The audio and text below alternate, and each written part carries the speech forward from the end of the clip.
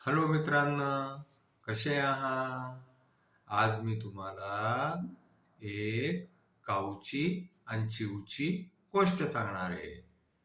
काऊ म्हणजे कावळा आणि चिव म्हणजे चिवताई.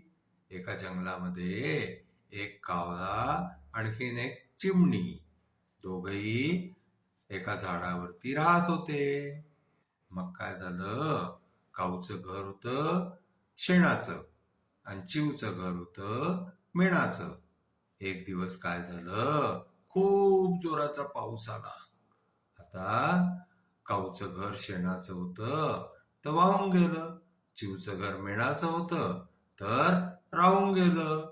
मग तो कावळा चिमणीकडे आला आणि म्हणाला, चिवताई चिवताई दार उघड.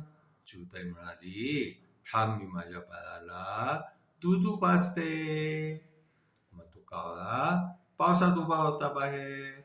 मग तो परत म्हणाला, चिवताई चिवताई दार उघड. चिवताई म्हणाली, थांब मी माझ्या बाळाचे कपडे काढते. मग तो परत म्हणाला, चिवताई चिवताई दार उघड. चिवताई म्हणाली, थांब मी माझ्या बाळाला तेल लावते. मग तो म्हणाला, परत थांबून थोड्या वेळाने म्हणाला, चिवताई चिवताई दार उघड. चिवताई म्हणाली, थांब मी माझ्या बाळाला अंघोळ घालते. मग कावळा म्हणाला, चिवताई चिवताई दार उघड.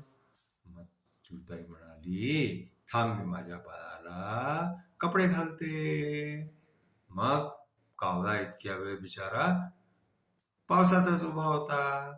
मग तो चिवताईला जोराने म्हणाला, चिवताई चिवताई दार उघड.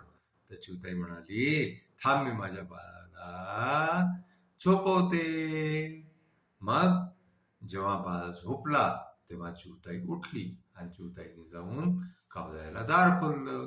तेवढ्यामध्ये काय झालं की तो कावळा पावसाने अगदी ओला होऊन गेला होता. मग त्याला शिंका यायला लागल्या, सर्दी व्हायला लागली. तो आतमध्ये आला. तो म्हणाला, चिवताई चिवताई मला खूप थंडी वाजतीये, मी कुठे बसू? तर चिवताई म्हणाली की तू कशात बसतो? गव्हात बसतो की तांदळात बसतो? ज्वारीत बसतो की मक्यात बसतो?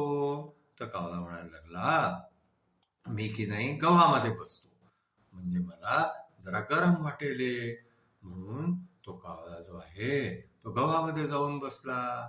पण काय झालं की थोड्या वेळाने कावळ्याला जे आहे ते गव्हामध्ये शी होऊन गेली. आता चिवताई जोराने ओरडली कावळ्यावरती की हे काय केलं, माझे गहू खराब करून टाकले, चल निघ बाहेर करून ती कावळ्यावरती ओरडायला लागली. मग कावळा म्हणायला लागला, चिवताई चिवताई बाहेर खूप जोराचा पाऊस पडतोय, मला माफ कर, आता मी परत नाही करणार.